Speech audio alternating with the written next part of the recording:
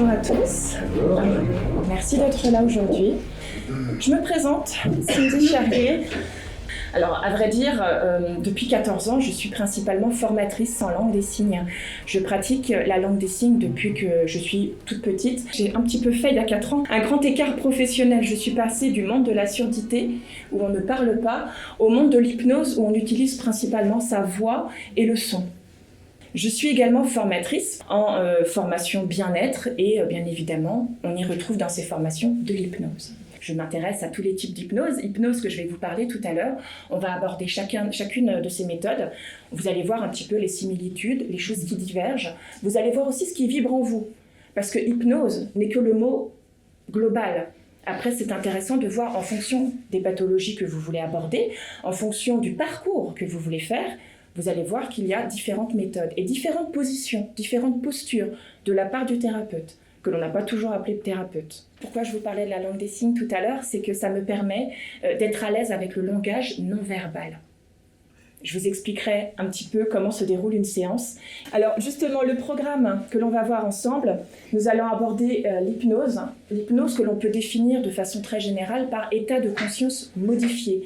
Oui, mais modifié à quelle hauteur et modifié comment? Alors, il faut savoir qu'effectivement, l'hypnose, le cerveau, lui, va traiter toutes les informations autour de vous, dans votre environnement. Pour cela, il va utiliser 2 circuits. Le premier, le circuit conscient, qui par sa définition, on en a conscience.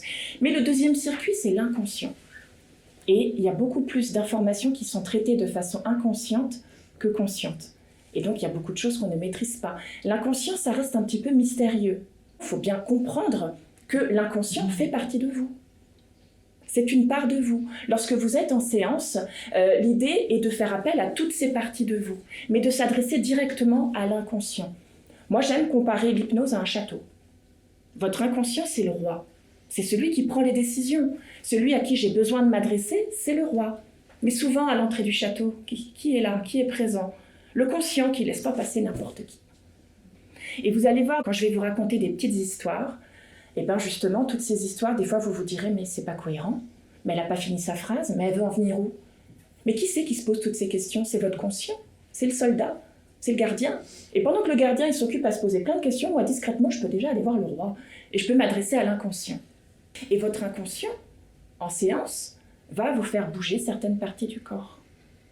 Et là, je peux utiliser le non-verbal, entre autres. Dans ces différents courants d'hypnose qui existent, on va en voir plusieurs. La première, c'est l'hypnose directe. Je dirais que c'est celle qui est un petit peu la plus connue de par son effet assez impressionnant, assez direct. C'est une hypnose qui est assez autoritaire. C'est celle que l'on retrouve dans les spectacles, notamment avec Mesmer.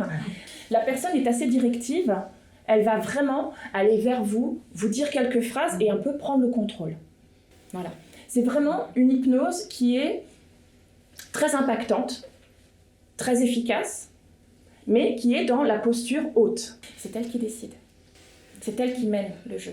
Moi, j'ai un membre de ma famille qui réagit tellement bien que si c'est diffusé à la télé, il ne faut pas qu'il y ait de publicité. Hein. Sinon, elle reste en état de conscience modifié et il faut la ramener. C'est une technique qui est la plus connue, c'est surtout la plus ancienne et la plus connue de par les shows. Nous avons ensuite l'hypnose hellmanienne. Alors celle-ci, elle est davantage utilisée dans les milieux médicaux parce elle est aussi, comme la première, très, très directe. Très directe. En un laps de temps très très court, on peut mettre la personne en état de conscience modifié. On peut aussi utiliser le mot transe. On met la personne en état de transe assez rapidement. L'hypnose ericksonienne, c'est la plus connue. Parce que c'est celle qui a commencé à devenir un petit peu plus souple, à commencer à demander à la personne en face si elle souhaite participer au processus. Et c'est une hypnose qui a permis de mettre en place d'autres formes d'accompagnement, comme la programmation neurolinguistique, que vous connaissez certainement, de par les phrases que l'on va utiliser, les tournures de phrases, les négations, la thérapie familiale également, puisqu'on va amorcer le dialogue. Dans un dialogue, il faut au minimum être 2. Donc on part du consentement de 2 personnes. L'hypnose ericksonienne, c'est la plus connue parce que c'est aussi celle qui peut aborder un grand nombre de thématiques. Vous verrez que celles qui viennent juste après se spécialisent sur les thématiques. L'hypnose humaniste, l'idée c'est surtout de travailler sur la posture du praticien Alors jusque-là, on parlait plutôt d'hypnotiseur. Là, on commence à parler de praticien. On commence à voir les choses autrement, puisque là, on va surtout faire appel à l'être dans son ensemble, à l'être humain, humaniste. L'auto-hypnose, j'imagine que vous avez déjà dû en entendre parler, c'est le fait que justement, la personne qui veut pratiquer l'hypnose le fasse sur elle-même. Tout dépend de vous. Parce que là, du coup, le thérapeute, lui, va vraiment être là plutôt en accompagnement. On va vous donner un outil et à vous d'en faire ce que vous voulez. C'est pour ça que de plus en plus, on trouve des livres sur l'auto-hypnose, on a des audios d'auto-hypnose, et là, c'est à vous de vous mettre en état de transe ou en état de conscience modifié. Alors, état de conscience modifié, vous verrez après avec les diapasons, c'est tout ce sont les ondes cérébrales qui changent. Vous voyez que plus ça évolue, et plus les techniques d'hypnose sont dans la participation, dans le travail d'équipe. L'hypnose spirituelle symbolique. Alors, c'est une hypnose qui est assez récente. Sa particularité, c'est vraiment de faire appel à l'être dans son ensemble, mais pas uniquement corporel. On va vraiment aller d'un point de vue spirituel, on va aller en accord avec l'âme, travailler sur différents plans de la personne. Et là où ça peut être un petit peu décrié, c'est qu'en France, c'est souvent associé à une pratique religieuse. Dès qu'on parle de l'âme, de la mort, de Dieu, de la nature, de l'univers, ce qu'il est bon d'avoir conscience maintenant, c'est de voir que les différentes méthodes ont évolué et qu'il est important de bien choisir son thérapeute en fonction de ce que l'on veut aborder. Quelle est la pratique du thérapeute ? Quelle est la thématique que l'on veut aborder et si les deux se rejoignent. Si vous êtes une personne qui a énormément de mal à lâcher prise, peut-être parce que vous avez peur que quelqu'un ait de l'ascendant sur vous. Donc les premières méthodes d'hypnose ne seront pas celles qui vous correspondent le mieux. Peut-être que l'humaniste ou l'hypnose spirituelle ou encore celles qui viennent après vous correspondraient mieux. L'hypnose hyper-empiria, qu'est-ce que ça peut bien vouloir dire ? L'objectif n'est plus seulement de vous faire visualiser des choses, mais c'est clairement de vous faire partir en voyage. Vous verrez avec la pratique que je vais appliquer avec vous tout à l'heure, qui est l'hypnose sagesse, je vais vous faire partir en voyage. Alors aujourd'hui, nous ferons une séance très très courte. Alors sagesse, ça s'écrit comme ça, parce que Camille Griselin, qui a créé cette technique en 2009, a utilisé la première lettre des prénoms des membres de sa famille. Tout simplement. Et c'est une personne qui a été principalement formée à l'hypnose ericksonienne. Alors ce qui est plutôt intéressant, c'est de combiner plusieurs techniques. L'hypnose sagesse a été la technique à laquelle je me suis formée. Depuis, vous l'avez compris, j'ai créé ma propre méthode, puisque du coup, j'y associe les diapasons, j'y associe le langage non verbal, j'y associe l'énergétique, puisque je suis psycho-énergéticienne. Et quand vous êtes en séance avec moi, vous êtes en général installé sur le transat, en position de relaxation, puisque le corps n'est pas... Les pieds ne sont pas au sol, vous êtes légèrement surélevé, donc en parfaite position pour lâcher prise. Et en fait, tandis que vous avez les yeux fermés, que vous avez les mains posées, et ben votre corps va me parler, tout simplement. C'est-à-dire qu'au fur et à mesure de la séance, pendant que je vais vous raconter des histoires, votre inconscient, lui, va se manifester d'une façon ou d'une autre, en vous faisant bouger les pieds, en vous faisant bouger les mains, en vous faisant déglutir à certaines de mes questions, parce que je vais m'adresser au roi directement. Mais pendant que je m'adresse au roi, votre gardien, lui, sera toujours là à observer ce qui se passe. Vous gardez une certaine forme de contrôle dans la mesure où si vous avez envie d'ouvrir les yeux, vous pouvez. C'est un accompagnement. C'est un accompagnement. Je vous accompagne durant tout le processus et j'adore la douceur. Voilà, je suis à l'opposé de la technique de Mesmer qui est très autoritaire, qui est très efficace également. Certaines personnes ont besoin de cette technique-là, donc on est content qu'elle existe, mais simplement elle peut ne pas convenir à tout le monde. Alors, l'hypnose sagesse, en quoi ça consiste ? Ça consiste à raconter des histoires. Je vous raconte différentes histoires, mais qui sont souvent basées sur l'histoire, le voyage du héros. Est-ce que ça vous parle, le voyage du héros ? Oui. C'est le point commun de la plupart des techniques d'hypnose les plus récentes. Alors quand je parle des plus récentes, je parle depuis l'hypnose humaniste. Le voyage du héros, qu'est-ce que c'est ? Quand vous regardez un film, c'est là où il y a des rebondissements, c'est là où il y a du suspense, c'est là où le héros va vivre des épreuves, est-ce qu'il va s'en sortir ou pas ? C'est un peu aussi un conditionnement que l'on a dans notre quotidien de penser qu'il faut de la difficulté pour être content de s'être relevé de ces difficultés. Que l'on retrouve dans beaucoup de citations, beaucoup de proverbes, vous connaissez certainement, mais on peut aussi ressortir grandi d'une situation qui s'est faite en douceur. Et en fait, c'est ça la philosophie de la technique sagesse que j'aime tout particulièrement, cette idée d'apporter de la douceur dans notre vie et que tout dépend du regard que l'on porte sur la situation. Et en fait, dans les techniques que j'applique, c'est vous amener à voir les choses autrement. Parce que mes histoires, pour certaines, elles existent. Elles ne sont pas que des histoires créées sur le papier. Certaines existent, certaines dans lesquelles vous allez peut-être vous reconnaître en vous disant « c'est quand même dingue, mais comment elle savait que ça me parlerait ?» Voilà. Alors l'avantage aussi quand on est dans l'énergétique, c'est qu'il y a des informations qui se présentent. Parfois c'est juste un mot. Ça m'est arrivé lors de fin de séance qu'une personne se réveille, pour ainsi dire, et me dise « oh là là, ce mot-là, qu'est-ce que ça m'a fait du bien ?» Alors moi j'ai préparé toute ma séance, mais c'est ce mot-là qui aurait été l'élément déclencheur. Voilà, il y a toujours une part d'improvisation dans les séances, quand bien même on l'a préparé avec un fil conducteur. Nous avons abordé ensemble les différentes techniques d'hypnose. Là, ce qui va être intéressant, c'est d'aborder les fréquences. Alors, qu'est-ce que c'est que les fréquences ? Une fréquence, c'est surtout la répétition d'un phénomène périodique pendant une unité de temps. Bon, ça c'est la définition. Nous, ce qui nous intéresse surtout, c'est qu'est-ce que l'on peut en faire. L'unité de ces fréquences est souvent utilisée en Hertz. Ah oui, la petite citation de Nikola Tesla, si vous voulez découvrir les secrets de l'univers, pensez en termes d'énergie, de fréquence et de vibration. Quand vous allez voir un thérapeute en hypnose, essayez de vous renseigner, ne serait-ce que par téléphone ou via son site internet, quel est son timbre de voix. Il n'y a rien de plus inconfortable que d'avoir une séance d'hypnose avec une personne dont on ne supporte pas la voix. Ça peut être long. Ou alors ça peut être une technique pour se dire « non, j'accroche pas là, j'accroche pas ». Et pendant qu'on se pose plein de questions, le job il est fait.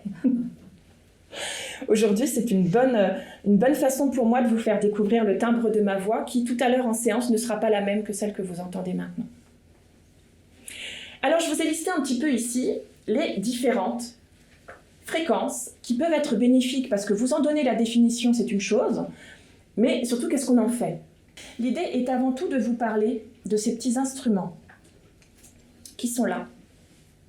Alors, je vais commencer par les diapasons lestés. Là, ce sont des diapasons lestés. Pourquoi ? Parce que ici, cela permet que lorsque l'on tape le diapason, on remarque que la vibration descend et en fait, on la ressent jusqu'ici. Moi, j'en profite en séance, si vous le souhaitez, pour vous faire des massages au diapason. Alors, comment ça se passe ? Vous êtes allongé, non pas sur le transat, mais sur une table de massage, habillé. Nul besoin de vous déshabiller ou d'avoir un contact direct avec la peau. Alors, elle se diffuse comment ? Qui veut essayer ? Est-ce que tu saurais me dire jusqu'où va la vibration ? On va sur le clou. Oui. Vraiment, c'est... Super. Ouais. Qui veut essayer ? Après, je vais vous expliquer la signification. Restez concentré sur la sensation que vous avez. Est-ce que tu saurais dire jusqu'où la vibration monte ? Super. Alors que je vous explique un petit peu ce qu'il vient de se passer. J'ai posé le diapason lesté au niveau de l'os de votre pouce et on sent la vibration qui monte et qui monte. Si elle reste au niveau du poignet, c'est signe qu'il y a déshydratation. Et là, c'est parfait pour enchaîner avec la suite. Alors, il faut savoir, moi ce que j'aime avec les différentes fréquences, ici vous voyez que là, 174 Hertz, c'est la base, le sentiment de sécurité, de sérénité. Qu'est-ce que ça signifie au juste ? Ça signifie que cette fréquence, si je l'avais en diapason et que je la posais sur vous, va transmettre cette information aux cellules qui sont juste autour et va venir diffuser au reste du corps. Comment l'information se diffuse-t-elle dans le corps ? Par l'eau. Par l'eau de notre corps. Et plus le corps est hydraté, plus l'information peut circuler. Donc si l'information ne circule pas, ou circule difficilement, ou reste au niveau de votre poignet, c'est qu'il y a déshydratation. Donc la première chose à faire, c'est de faire une petite cure d'eau. Vous voulez Renforcez votre système immunitaire. Soyez hydraté.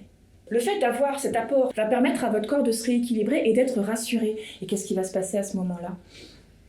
Il va évacuer plein de toxines. Il va retrouver un certain équilibre. Et pour peu que vous lui apportiez par de la musique, par des fréquences choisies, la grande majorité, vous les trouvez, ne serait-ce que sur YouTube, vous pouvez les trouver en fonction de certaines expériences que vous voulez vivre. Si vous venez me voir en cabinet, dans ce cas-là, dans mon petit studio énergétique, c'est avec les diapasons que l'on va communiquer. Votre corps, lui, va absorber toutes les informations que je vais pouvoir lui transmettre avec les fréquences que j'aurai choisies spécialement pour lui. Parce qu'à mesure que je vais vous faire ce massage sur le corps, je vais partir des pieds, je vais remonter jusqu'à la tête. Et arrivé à la tête, j'utilise d'autres diapasons. Ça va être ceci. Celui-ci sera davantage utilisé non pas pour les massages directement sur le corps, mais au niveau de vos oreilles. Et entre nos deux oreilles, nous avons notre cerveau. C'est-à-dire que ces diapasons-là vont davantage agir sur le cérébral. Donc pour calmer les angoisses, calmer le stress et permettre un rééquilibrage cérébral. Mais pas n'importe comment et surtout dans un certain ordre. Alors, la fréquence gamma, qui se trouve entre 30 Hz et 80 Hz, c'est celle que j'utilise le moins. Parce que c'est vraiment une énergie qui est très dynamisante quand vous voulez travailler votre mémoire, quand vous voulez travailler sur une thématique très précise qui nécessite toute votre attention. En général, quand vous venez me voir en séance, vous avez plutôt envie de vous détendre et d'être en mode relaxation que plutôt d'être en mode surstimulation pour continuer votre journée. La fréquence qui est utilisée ensuite, c'est la fréquence bêta. Celle-ci permet vraiment d'agir sur l'anxiété, permet d'être déjà en état de relaxation. C'est une fréquence qui vous permet de conduire quand vous sortez de séance avec moi. C'est une séance qui vous permet de continuer votre journée. C'est une fréquence qui concerne lors du sommeil la période paradoxale. Il y a également l'alpha, entre 8 et 12 Hz. C'est plutôt celle-ci, moi, que j'utilise en tout dernier lorsque vous avez une séance avec moi. Donc l'objectif en séance, c'est de vous laisser repartir un petit degré en dessous pour être détendu, mais pas trop détendu. C'est un peu l'état où vous commencez à vous sentir vraiment fatigué. Je vais peut-être aller me coucher. Hop, allez. C'est l'état vraiment où vous sentez que la relaxation commence à s'installer. Parce que dès que nous allons dans une fréquence encore plus basse, en θ, nous sommes en état de somnolence. L'objectif n'étant pas de vous laisser reprendre votre voiture ou vous laisser reprendre la route en étant tellement détendu qu'on ne maîtrise plus rien. Nous avons ensuite la fréquence delta, qui est l'état de sommeil profond. La fréquence sur laquelle j'aime vous amener, soit avec ma voix, soit avec les diapasons. Parce qu'à ce moment-là, vous êtes prêt à partir en voyage. Comment ça se passe une séance en hypnose comptée, puisque je raconte des histoires que j'associe au diapason? L'idée, c'est simplement de vous faire voir les choses autrement. J'adore cette méthode douce, parce que ça rappelle notre enfance, quand papa, maman nous racontaient des histoires. Et l'hypnose commençait déjà à ce moment-là, puisque dans toutes les histoires qu'on peut nous raconter depuis notre enfance, il y a des messages. Alors, il y a des messages qui sont évidents, avec une morale à la fin, par exemple, et il y a aussi des messages cachés. Mes histoires sont des métaphores qui vont pouvoir aborder certaines thématiques. Alors, vous avez l'histoire de base que vous allez entendre, et puis il y a l'histoire qui est plutôt cachée et qui va venir s'adresser justement à votre inconscient. Alors, les contre-indications en hypnose. Je ne saurais pas parler au nom des autres thérapeutes.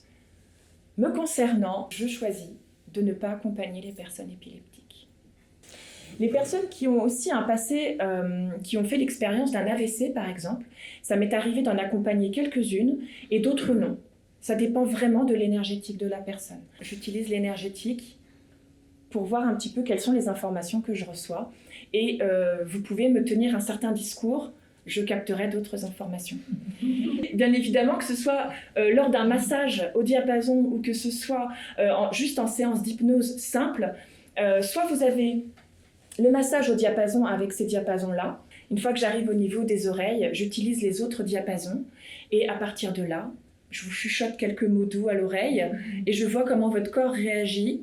Le pied qui se lève, la main qui se lève, le visage qui exprime des choses et je demande toujours l'accord, votre accord et l'accord du mental, du système émotionnel, donc le cœur et le corps, pour vraiment travailler dans la globalité.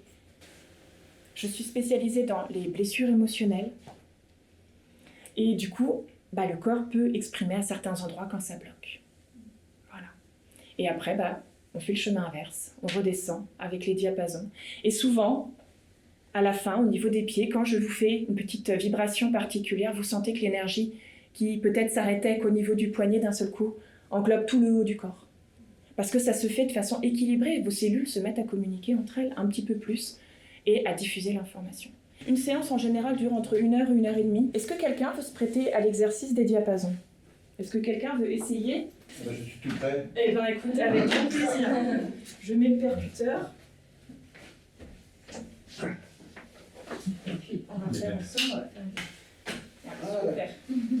On va tester la sensibilité. Je fais l'oreille droite. Pour l'instant, tu me dis si ça devient inconfortable. C'est bon pour toi? Ça va, oui. On fait l'oreille gauche. C'est bon pour toi? Ça va aussi, c'est pareil. Oui. Alors, petite démonstration.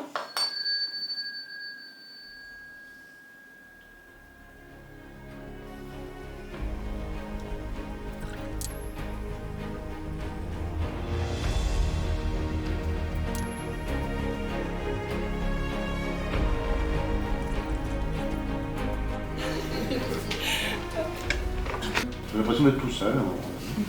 Pourquoi on oublie qu'on est avec du monde? Parce qu'on décroche le mental. Puisque c'est vraiment au niveau du cérébral que ça joue. Je reste quand même à l'affût de qu'est-ce qui peut se présenter. Hein. Vous m'avez vu, peut-être avec mon regard, je regarde la tête aux pieds. Mais là, c'était ici que ça se jouait, un petit problème respiratoire. Oui, c'est vrai en plus. Oui. Je sais. Est-ce que vous voulez vivre une petite séance d'hypnose comptée? Je vous invite à mettre vos 2 pieds au sol. Je vous invite à fermer les yeux.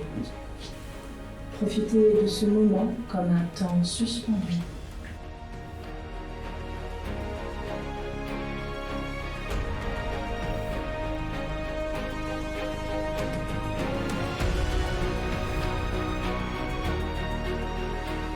Merci à vous.